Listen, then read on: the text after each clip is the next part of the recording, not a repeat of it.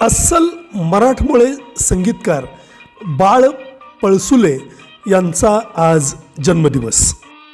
पंढरीची वारी, भिंगरी, फटाकडी, चंबू गबाळे, थापाड्या अशा कितीतरी एक अजरामर मराठी चित्रपटांची गाणी बाळ पळसुले यांनी संगीतबद्ध केली। अस्सल मराठी मातीतला गोडवा बाळ पळसुले यांनी आपल्या संगीतातून सातत्याने दिला। निळूभाऊंच्या थापाड्या या चित्रपटातल्या त्यांनी संगीत दिलेल्या गाण्यांनी खऱ्या अर्थानं त्यांना मराठी रसिकांच्या मनामध्ये आदराचं स्थान मिळवून दिलं।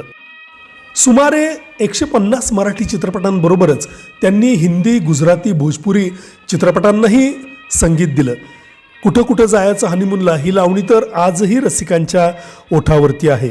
त्यांना दादासाहेब फाळके पुरस्कारानेही गौरवण्यात आलेलं आहे।